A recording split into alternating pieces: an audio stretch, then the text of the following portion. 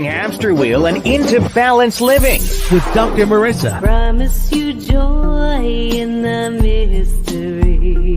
Dr. Marissa, also known as the Asian Oprah. Her mission, to be a beneficial presence on the planet. Her purpose, to be your personal advocate to live, laugh, love, learn. Her life motto, don't die wondering. Take back your life with Dr. Marissa Pay.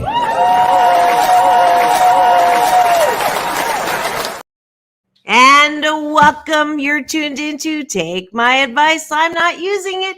Get balance with Dr. Marissa, the morning show here on KCAA, home to the Asian Oprah, AM 1050, FM 106.5, and streaming everywhere. iHeartRadio, Spotify, Stitcher, iTunes, TuneIn, Amazon Music, Audible, Podchaser, JioSaavn, Tiki Live, Rumble, and more. Why so many places? Because I want to maximize my splatter zone for more hope and happiness. So I have topics and guests to that end. If you missed, let's see, who do you have? The mom to E.T.D. Wallace. She is the number one most credits for actor living today. And you'll remember for Cujo and Critters, and she's also a healer. So I really want you to go to my YouTube channel, free subscribe, and watch that if you missed it. We both cried, which is great. I love it when there are tears on my show because tears are the disinfectant that keep our hearts soft. And you'll notice today I have my wonderful, beautiful Inside and Out co-host. Her name is Elan Carter. Her father is the founder of The Temptations. Ergo, the name of our Friday series is called Tempting Conversations with Elan Carter. And Dr. Marissa, she's way more than her credits of model, producer. She's the mom of Chase Austin, a wonderful new musical artist that does not fall far from his grandfather's tree. She's a Playboy model. She has been in countless music videos with lots of brand names. So welcome back to the studio, Elan Carter.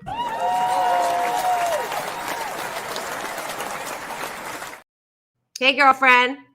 Hello, good morning. Good morning to you. And do you have other windows open on your phone? Because you're kind of blurry. It's either that or the internet connection. Might be. So I'll let you fix that. Okay. Because you're like not. Hold on, I might go. Yeah, this is the good news and the bad news about traveling. Let's see, and let's fix this. And as you're doing that, we can go ahead and start your let's see. I'm going to put you down as Playboy model. Now, do you call yourselves former Playboy models, or you're always once a Playboy model, you're always Playmate? I'm sorry?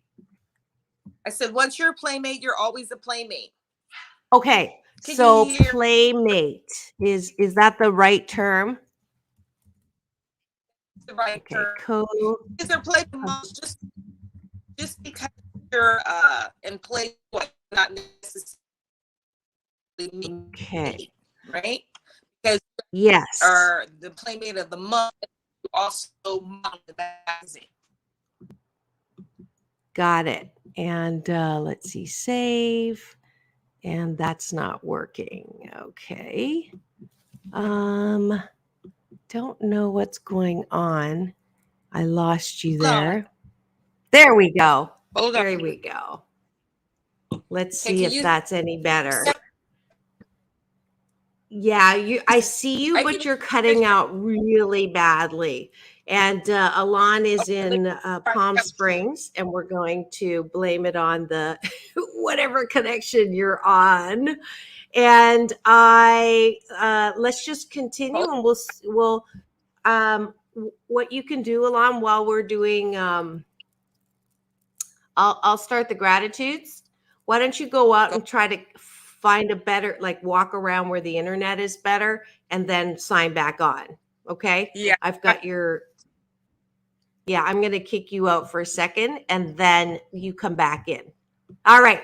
So let's go ahead and start with Breakfast with Dr. Marissa and Elan Carter, incognito for right now.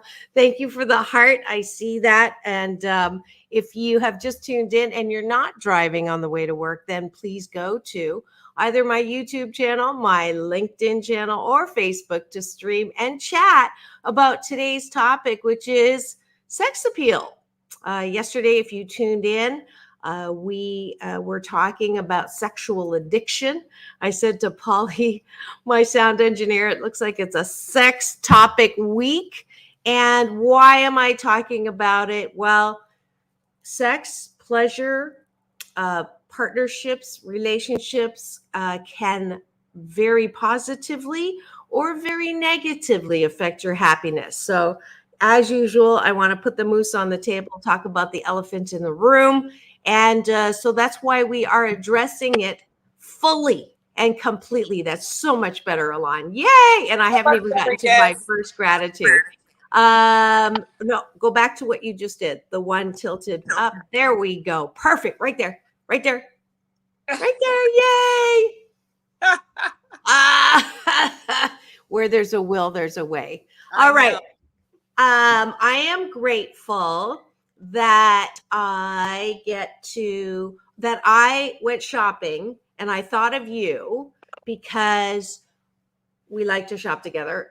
And I found this amazing pair of pants, and I'm going to show you right now because I don't know if you can see them, but I thought of you because they look like they're cute.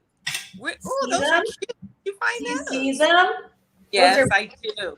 Those are pants, and I usually don't find stuff to match when I go shopping, but I did. And yesterday when we were talking and I told you I was trying to do the promo from the back of the store, that's what I was shopping for. So I'm grateful that I got to find. I love that feeling of finding something that you just want to take it to bed with you because you love it so much. When I was a kid, that's what I would do if I found a pair of shoes that I absolutely loved. I wanted to take it to bed with me and just have it there, which is kind of funny. But remind me to tell you about this funny commercial. But go ahead, your turn. Okay. What are you grateful for? I am grateful that I got in here safely last night because it was an adventure. Needless to say. Oh my gosh. What happened? You want to really hear what happened? Well, short version. Short version. Okay. So a friend of mine, I booked a place for the weekend because a real dear friend of mine who's like a son to me wanted to shoot a movie at my house. So I said yes. In exchange, I had to get the dogs out the house and a cat. 4 dogs and a cat. So I had to find a place to stay. So he said, what do you want to do? I said, okay, well, I would like to go to Palm Springs. He said, I'm going to book you a place. I booked a hotel. And one of the people in this crew, it was a young girl, and she says, oh, I'll find you a place. Well, I left late. I talked to you on my way here. I have Trace with me. The place was not very good at all. It was so not in a good area. It was way up in the mountains. Hills have eyes. It was scary. Trace is I hear gunshots. The place was not really nice. I don't know where I was. I wasn't near civilization. And so we were all night trying to find a hotel, right? Because it's so expensive because I had already booked a hotel. So now it's 11 o'clock at night. I have to wake up this morning. I'm exhausted. Oh. My son's so mad because even though Trace is not a star, you know what? Someone's going to treat him really well because he's spoiled. He said, there's no way we're staying here. He was adamant. So anyway, we found a place that was reasonable and I have the 4 dogs and I'm right on the edge of Palm Desert. So do I stay here because I got what I wanted for a decent price? And I'm grateful for that because I was able to walk the dogs downstairs and drive straight to the room and sneak in 4 dogs and a cat. I'm exhausted because I didn't go to bed until 2 o'clock in the morning and I didn't eat and I haven't had coffee. So, oh no. I'm grateful I made it.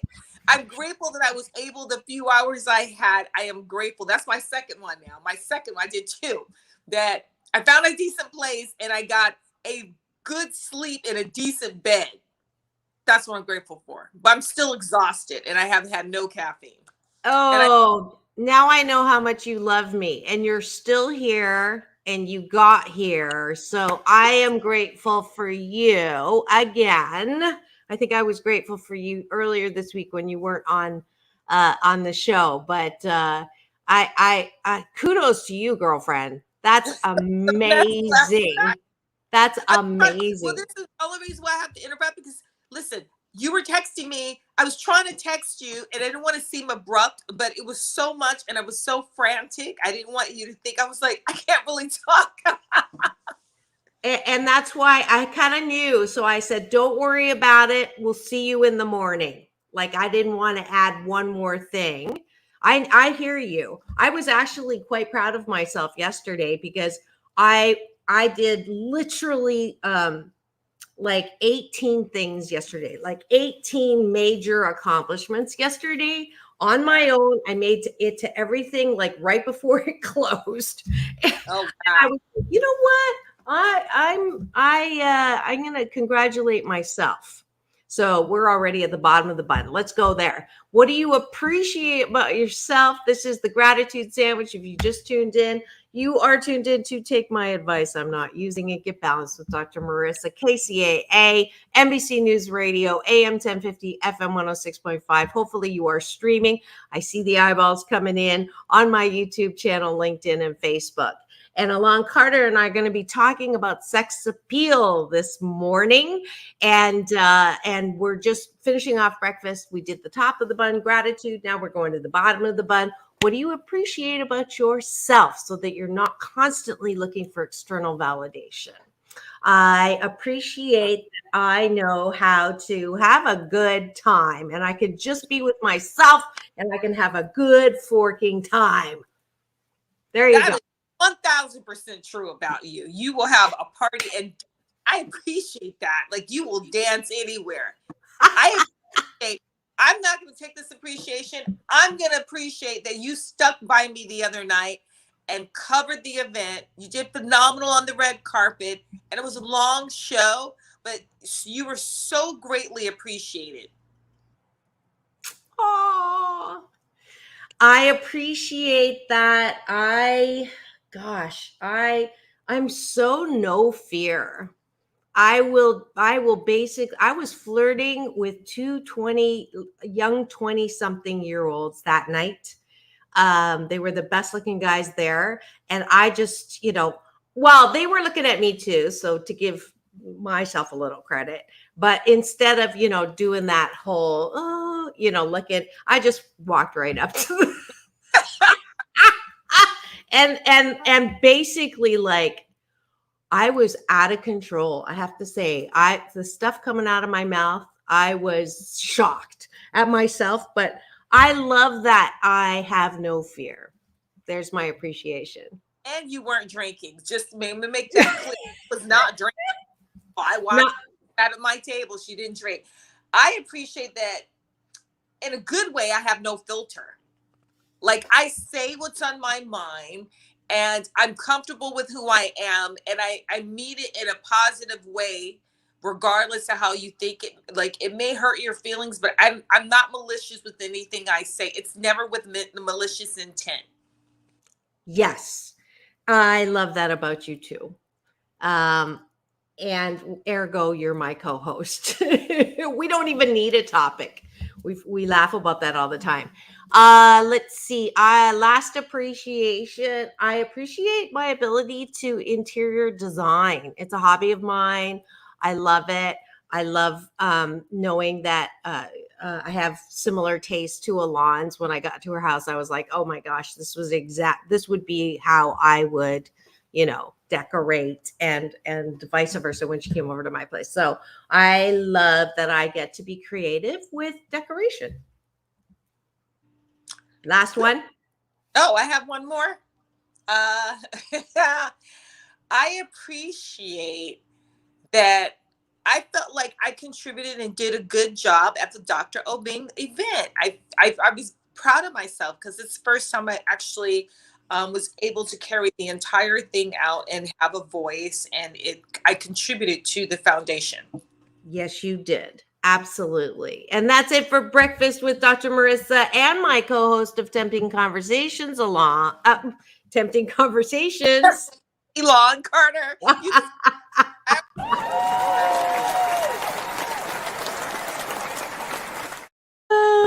All right. And now for the juicy, titillating topic at hand. Well, before we go in, I just want to wrap up we spent quite a bit of time focusing and promoting, because it is such a good cause.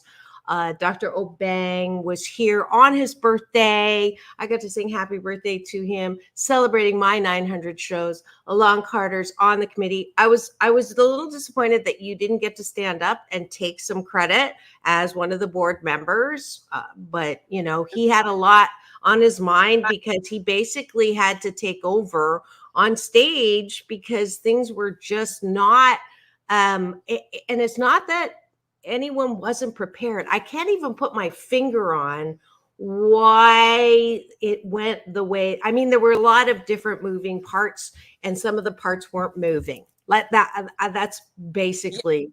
We met about that. We've talked about that, what we can and cannot do. And basically what happened was there were more people than there were supposed to be. It was sold out, and people allowed people to come in. So we were sold out almost by 100, which was fantastic. Oh.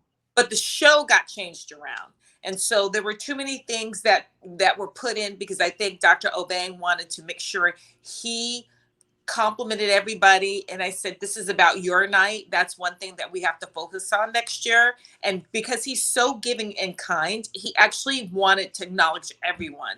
And it's raising money. So I think that's where some of the stuff went south. He had the show planned, and I think he really made an effort to do that. And I think he knows now he's going to have to shorten it and say, listen, I appreciate everyone that helps me for all your dedication, your volunteering and traveling, but he just can't go through everyone, because it turned into an award show, basically. Yes, you're absolutely right. You're absolutely right.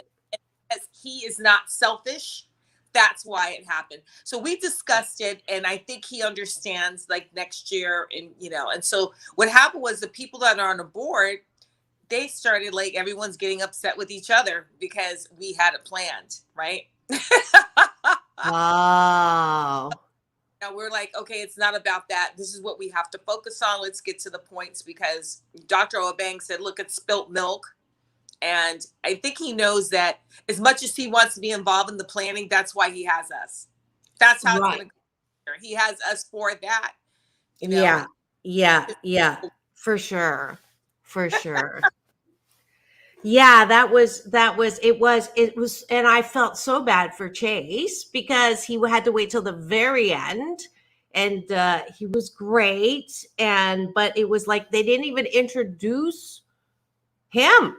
They introduced the other guy who wasn't there, who was apparently on the freeway the first time they introduced him. Well, the showrunner that was introducing Trace, he left early. And so the guy that was taking over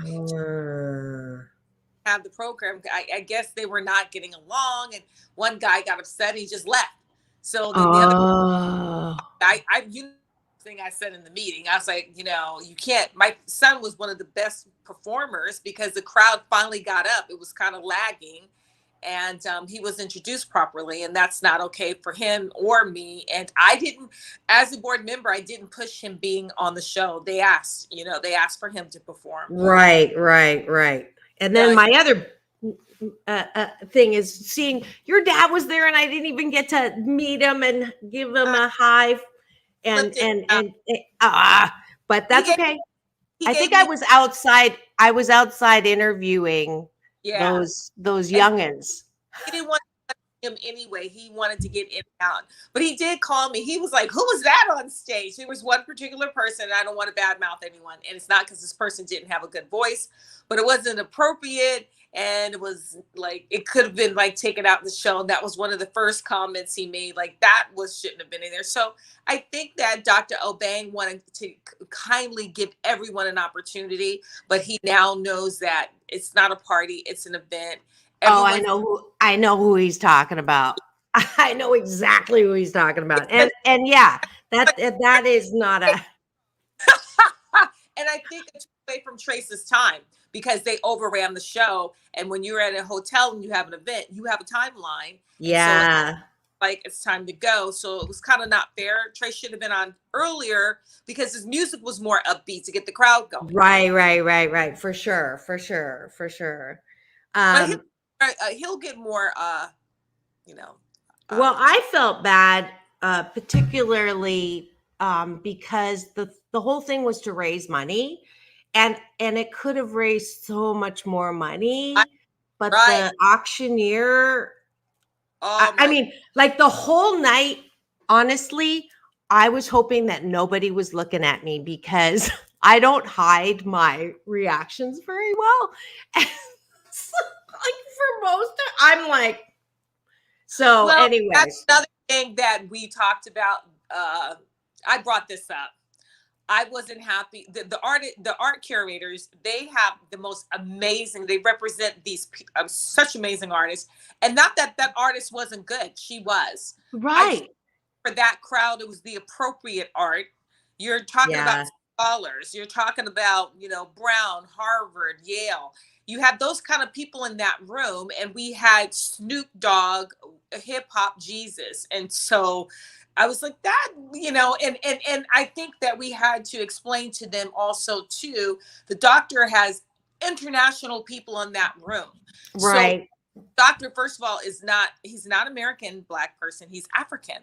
And so I didn't think that was, and I love Snoop, don't get me wrong, but for the American Music Awards, that was appropriate art, not for a doctor on that level. And also too, you have people that are you're pretty knowledgeable about art. People that know art and go to those kind of universities, a little bit more sophisticated. So you can't have a hip hop that kind of art just because the doctor's Black. I mean, good point.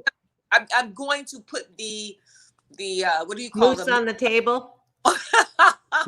And that was one of the things I came up, and I think they kind of got upset. I said, listen, I'm speaking for every ethnic person in this room, and being non-Black person, it reads offensive. And people should be cautious of that. Just because you're in a room full of Black people, you don't necessarily have to. We know if we want to go buy it, we'll buy it. You don't put that type of, I'm only going to put the Black art. And the artist was on stage and I felt bad for her. Oh, I felt so horrible for her. Talked about that and I said, it wasn't about you guys either. It was about Dr. Obeng, and we had a silent auction. And so we know we're going to do that kind of stuff. We're going to take out. I'm like, you just can't do that. And we had such fabulous trips like Italy, and we had Cabo, and we had London. And those were like some of the items I would have liked to see auction, because people didn't know you could just get them in the magazine. So we will make sure that we do that next year, because, we buy auction items all the time. Matter of fact, we buy one in Hawaii, which my family's there right now, and I'm in Palm Springs, and they're at an event that we purchased an auction item from. So, I think for him having it at a hotel, doctor's phenomenal at what he does, but that side of it, he understands now. To raise money, it has to go like that, not let's have a good time. It's for what he does. So we know that, moving forward, this is what we're going to do. Yeah. And, he knows. We talked about it. Yeah. I'll tell you the highlight, and we'll wrap this up because I know there's people that want to talk about sex appeal. My absolute highlight of that event was meeting the woman whose face was completely crushed, and Dr. Obeng reconstructed, and I see unbelievable. see her all the time. I've been at his house. I've seen this woman, and she's got such a sweet disposition. I've Oh my seen her gosh. times. I've never seen the picture of the before. Her whole face was completely off. Like, I can't even describe it. I heard about it, but when that picture came up there, I was like, oh my gosh. Like, to see her now, she has one scar. It's just, you Unbelievable. just ripped off. Like, there's just nothing, but you could see her teeth, you could see bone and flesh. There was nothing there. And you would not ever know what he did. Yes. I'm going to, while we're talking, I'm going to try to airdrop this and see if I can pull it up. But let's go ahead to the topic. We got another heart. Thank you so much. Those of you who are just tuning in, you are listening to Tempting Conversations with Dr. Marissa and Elan Carter, co-host. And we're talking about, let me introduce the topic because this one I chose. Yesterday with Sam, we were talking about sexual addiction. And we sort of didn't get done. Of course, we'll do part 2 next week. But one of the things that we ended with was the oxymoron. That's not a person, by the way. That's not. I used to say that's what I call my husband. But anyways, oxymoron is something that has a juxtaposition, or there's two sides of it that don't necessarily match, and it's a difficult thing to resolve. So the reason why I called it that is because you're a perfect example. Playmate, Playboy model, your appeal is sex appeal, right? The reason why Hugh Hefner has a mansion and has all of the playmates and the bunnies and the magazine is because it appeals to man's desire for sexy woman, for what's hot, what gives you an arousal, what makes you think about pleasure. And that there's nothing wrong with that, because I'm a firm believer that pleasure is one of the gifts of life, and that when you feel sexy yourself, it makes me happy when I feel sexy, and there's nothing wrong with that. Then you go to the extreme, though, and you talk about exploitation, you talk about sex trafficking, you talk about you're only as good as your sexiness, and the Me Too movement. And that's taking that sex appeal way to the extreme, where then it falls off a cliff and it's negative. And then you have people say, or men that talk to your boobs, right? That's all they're focused on. Or you're with a woman, you're having a nice dinner, and then all of a sudden a hot, whatever walks by and the eyes all go. And so all of a sudden you're chopped liver if you're with that guy. So it's a complex thing. And then we talk about, dressing and looking sexy as we were when a man met us, and how that's our responsibility as a woman. So you can see where that all starts to crash into each other. So how do we come to a place where we're not, where we can maintain the healthy part of sex appeal without going over to the dark side? So that's why I wanted to talk about it. And I can't think of a better person to talk about that than a playmate, because that's what your money came from. And where's that line between sex appeal and playmate and prostitute? Not calling you a prostitute, but I know. I just had the opportunity, and thankful, because I just got randomly a call from this lovely producer. Ask Dominique is her name, asking me to do a documentary that's going to be on with Secrets of Playboy next season. And we talked about a lot of things about being a playmate, and there's me being a Black playmate. And I think sex appeal has a lot to do with who you're attracted to. I think that men are attracted to beautiful women, regardless of what you call beautiful. But I think that sex appeal overrides and supersedes race, period. If a man or a woman finds someone attractive, they don't even look at that. They just see what's sexy to them. And that was one of the things I said. I said, my experience as being a Black playmate, I've Uh-oh. I'm losing you. Hold on. I think it's All my right. fault. Okay. Hold on So one my second. issue was, I missed that whole part that you were talking about. That last statement. oh, you ready? I was saying, being a playmate, when we're doing the documentary, they wanted me to talk about being a Black playmate.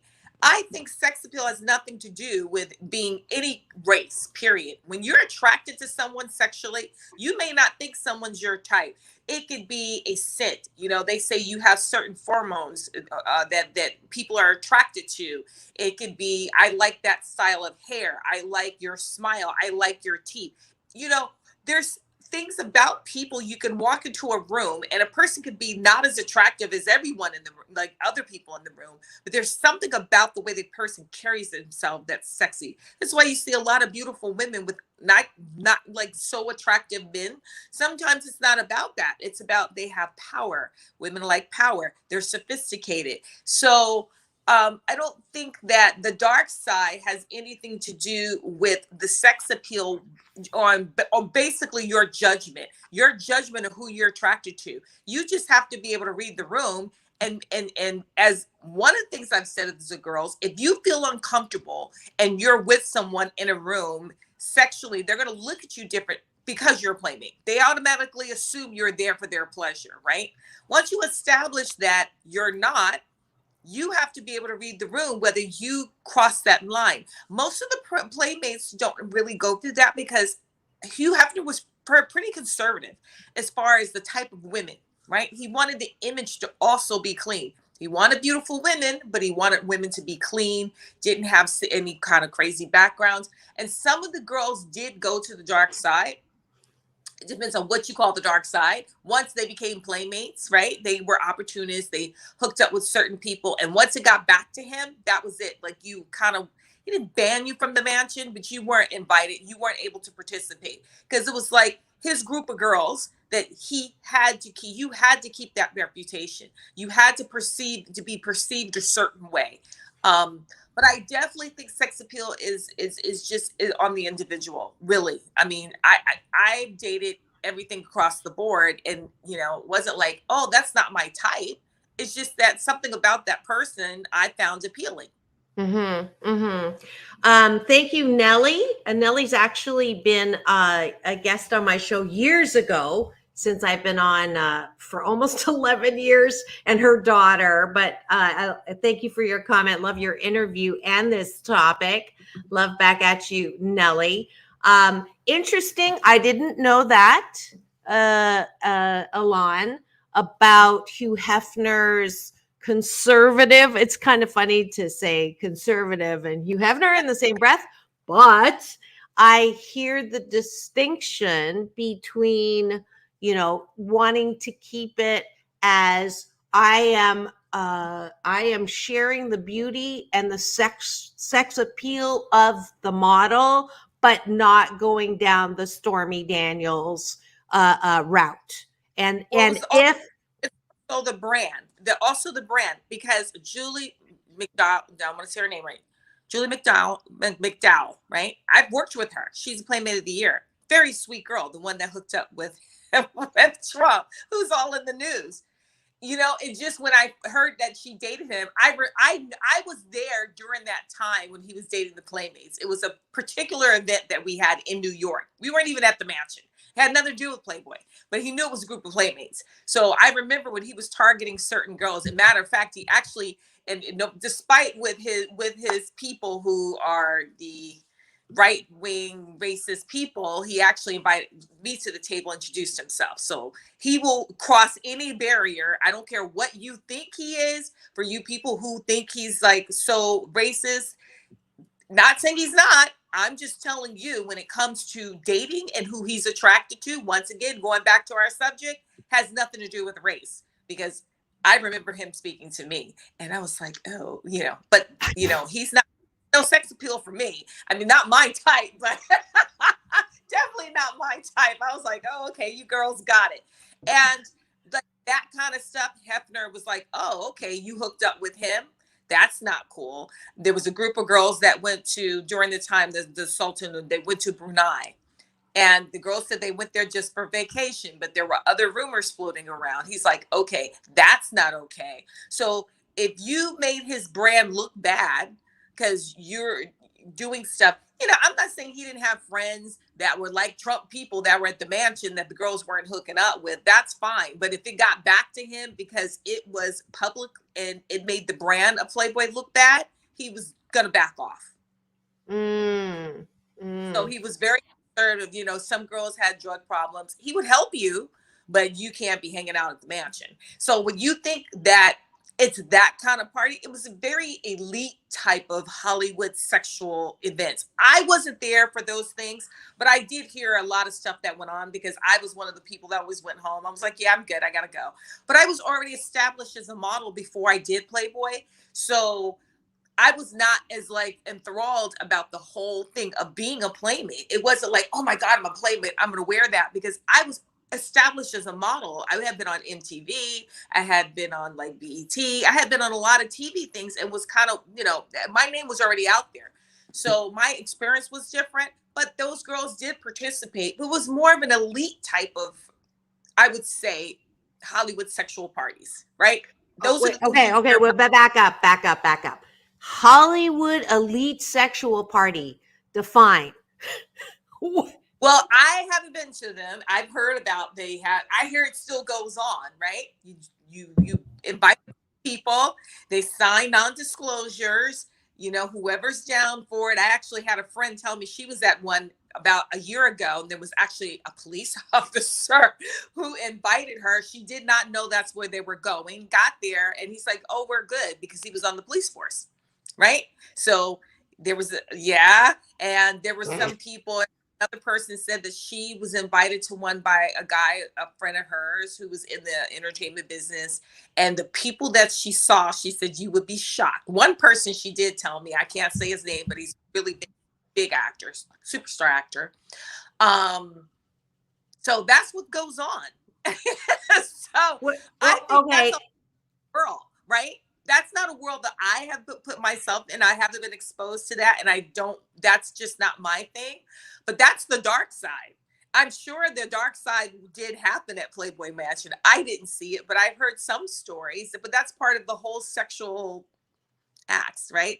I don't know. I think that's when it doesn't become a sexual attraction anymore, right? It just becomes whatever kinky thing you're into, like groups and I don't know. Yeah. Well, I just saw an ad yesterday for swapping vacations, like couples going on vacation specifically to swap.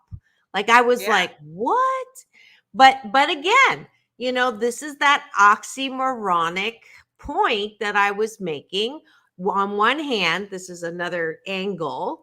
On one hand, if you're a consenting adult, right?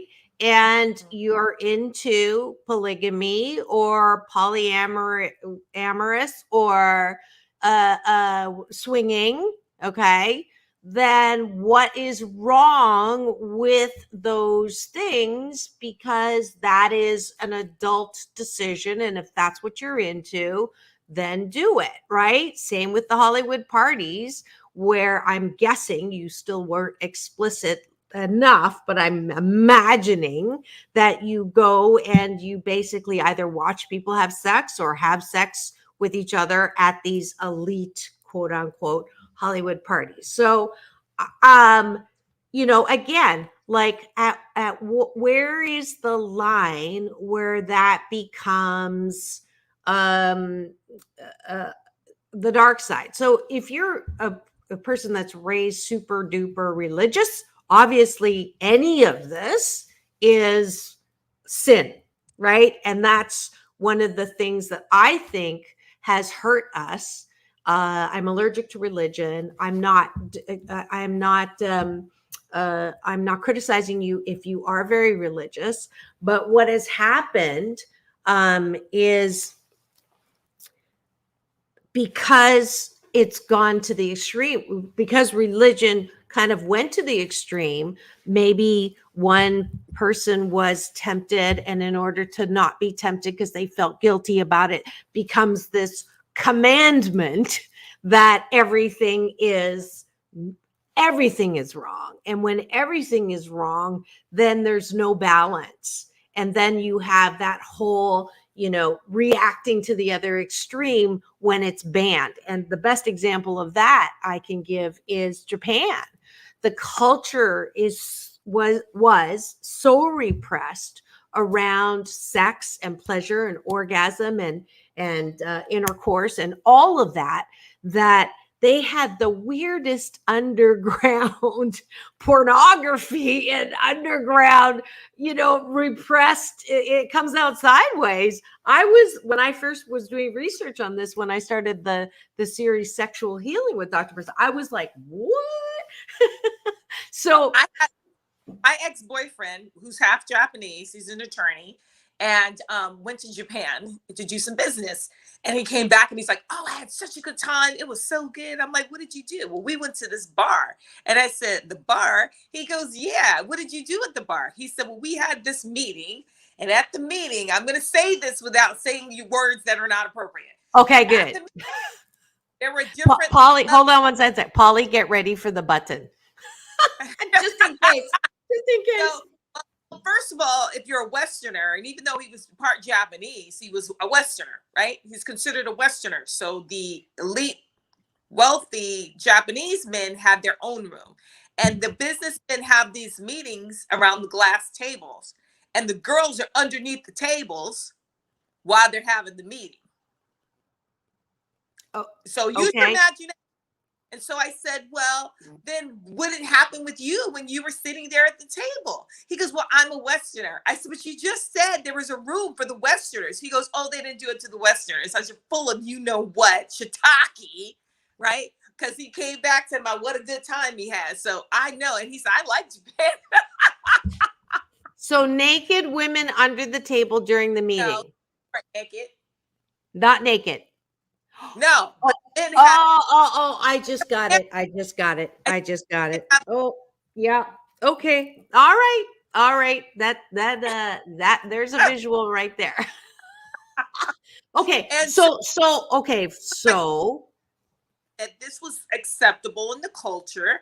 This was normal to go to this bar to discuss business deals after work. It wasn't, I'm not saying we don't have anything weird here, but this is where you went to discuss business deals after work.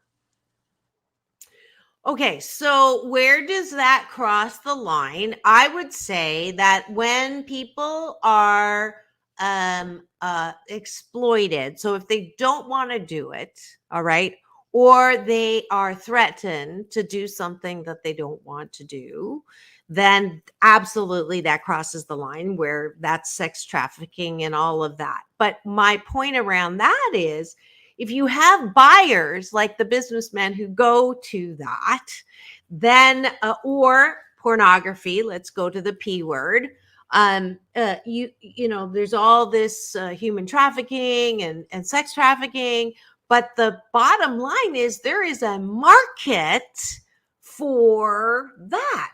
And if there's a market for it, aren't we we're it's like as quick as you get rid of the trafficking, it comes back because the buyers and the supply chain is still very active. And that, again, then it becomes, what are we doing in society that continues to perpetrate that desire to have women objectified as sex symbols? And what I was telling Sam yesterday is you can't have a car show without a scantily clad woman. You can't have a boxing or a wrestling match without the woman walking with her high heels and, boobs hanging out and all of that. But then, Playboy, Penthouse, all of that is, I don't know, it's just so hard, pun intended. Cross that line. Like, there's different levels. People can consider Playboy pornography, but it's not, you're not having any sexual interaction with anyone. But it depends on and a lot of it is your beliefs. But if you're an adult and a woman knows if she's attractive. She knows if she's sexy. You could be somewhat attractive, but you're a sexy person. That's what you like. That's what makes you happy. And if you want to do that type of work and get paid for it, I'm all for it. Like, because if God gave you the beauty and the sex appeal to make other people feel sexual or aroused or whatever they need to do, then I'm all for that. It's when you force a person, man or woman, child, underage, when you start forcing them, like taking them to Epstein's Island, for what I understand, that was child trafficking. They were locked in places where they were forced to have sexual relationships with people. That's when you cross the line. If you're a woman, man who wants to use your sex appeal and to benefit you, I'm all for that. Because listen, you better milk it while you can, because you get to a certain, that stuff doesn't look like that anymore. So better be happy while you're young, because when you get old, no one's gonna be looking at the magazines at you. So but isn't that further, I'm going to put the moose on the table, isn't that further perpetuating that you're only as good as your looks, or you're only as good as your body doesn't hit gravity? You're only as good. That's the only thing that's important about you. And that's the danger. Well, that's what people have a problem with. And this is how I say it. I know before this, I was in a weird situation with a woman who knew I was a model, and she had an issue with me because I was a model. You made money doing this. I said, okay, let's put the cards on the table. Are you 6'5"? Can you play basketball? Are you 6'2"? I mean, there are very few people that can play basketball that are little. Are you a big muscle person to play football? Right? These athletes have these amazing careers because they have the bodies for it. If you are blessed to be a K person, which I mean, say what you want. The girl's beautiful. And if you're blessed enough to look like that, she capitalized on what she was given. Now, it may be us being critical that we don't think that it's, she doesn't have this talent, she doesn't have talent. Well, God gave her something. God gave her beauty, period. God gives every person a gift. Whether you choose to use that gift or not, why not use your gift if God gave you beauty? Not everyone gets it. And when you do get that beauty, you won't always be like that, right? You come to a time where you can still age gracefully, but you're not going to look like that. So use what you have while you can. Athlete can only play for a certain amount of time. It's a very short-lived career because your body can't take the abuse. So that's my attitude. Okay. So your take is sexy beauty is a gift, like the brains that Einstein or everybody has a gift, and looks is just one of those gifts that if you have it, use it. I'm not comparing it to Einstein. I compared it to athletes. Well, I said, okay. You could be a kid playing basketball and football and then become an adult and make millions of dollars playing a boys' game, right? My husband played football. I tell him all the time. I was like, yeah, I mean, I'm okay. He was talented, but I'm like, I'm not a sports person. So I'm like, you could get millions of dollars for it, running up and down the field in tights, right? He has the same attitude. Well, you could be sexy and take pictures and model and use your face. I'm like, okay, well, God gave it to me. And so, I was able to make money off of my looks. I capitalized on that. I did, is whether you choose to or not. Now, I have one particular friend. This girl was drop dead gorgeous, looked kind of like Cindy Crawford. And this girl was having a hard time dating. And, her and I fell out because she asked me, well, what do you think about, why why I can't seem to get a boyfriend? And I asked one of her boyfriends. He said, as beautiful as she is, she has no sex appeal. That you can't buy that. You could be unattractive and still be sexy, right? I said, I don't know what that is. I said to her, listen, this is the response I've heard from more than one person. And it could be just because the way she dressed, it's the way she carried herself. I said, you're a gorgeous girl. You just have to be a little bit more alluring. And she got offended by it, and we ended up not being friends. I'm like, I didn't want to say it. That's when I said I have no filter. You asked me, and it wasn't malicious. But okay, let's go to the comment that came up from Nellie. Yes, we need to see this through teen eyes who are trying to figure out their identities and via parenting and our educational system. We don't talk to kids enough about sexuality, development, and sensuality. More education and more ways to build on teens' healthy confidence to have better ethics and moral boundaries. I totally agree. I said yesterday with Sam that I have been talking with my girls from the time they were 10 and 11 when I knew they were talking to others. And I'm sure you've had this conversation with London as well, and Nellie with your daughters, that it is important for us to actually put that moose on the table, as uncomfortable as it is. And what are those messages? It's that you do not have to go to the lowest denominator and have things all hang out to be attractive. That beauty is inside and out. You don't have to twerk. You don't have to, like that person that was on stage. I mean, when she came across the carpet, I was told, you should interview her. And I said, I'm not interviewing her looking like that. I mean, it was just so overly like your face. Yeah. I had a conversation with her. I went over because I was asked to buy the board. I said, listen, I did Playboy.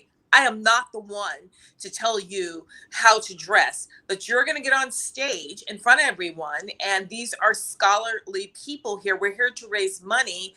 And if this was a hip hop show or something like that, that would be appropriate. So that's why she had the coat on, because I wondered about the coat. Everyone was scared to tell her. I said, I think you're gorgeous, but I just don't think that this was appropriate for this particular setting. And I'm not telling you should hide. We should tell our daughters, well, don't, just because you're beautiful. Women say, oh, you shouldn't sexualize yourself. My daughter's, I have a pretty little girl. I mean, she's beautiful. She's tall. Her body's really developed for her age. I wasn't that developed for my age. And she's super academic. Very smart, doesn't want to be a model, has nothing to do with anything.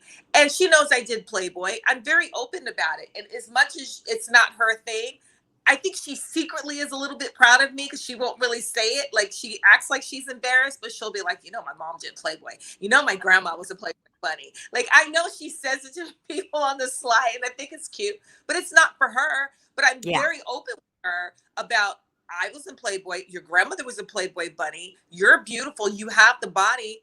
She doesn't want to do it. So instead from her, and made her make her own decisions at 14 years old. It's not for me. Yeah. And I think it's amazing. But I think when you try to suppress it, the girls that I find that get in trouble are the super religious parents that tell them, you can't do this, you can't do that, and you can't look sexual and this and that. Those are the ones that end up being the wild ones, because they never, their bodies were beautiful. You're beautiful. You can choose to go this way or that way, and use it. And women do use their beauty to get the kind of men they want. That's another topic, another conversation. Yeah. And we're out of time, Elan, as usual. So I'm going to stop you for a second. TikTok. Yeah, we'll talk about this more next week. Join us again next Friday, because I think it's super important. I'm just going to whip these pictures up because we were talking about it. This was what the woman at the event, and Dr. Obeng changed that face to this face. So that is worth putting up. We'll do it again next week.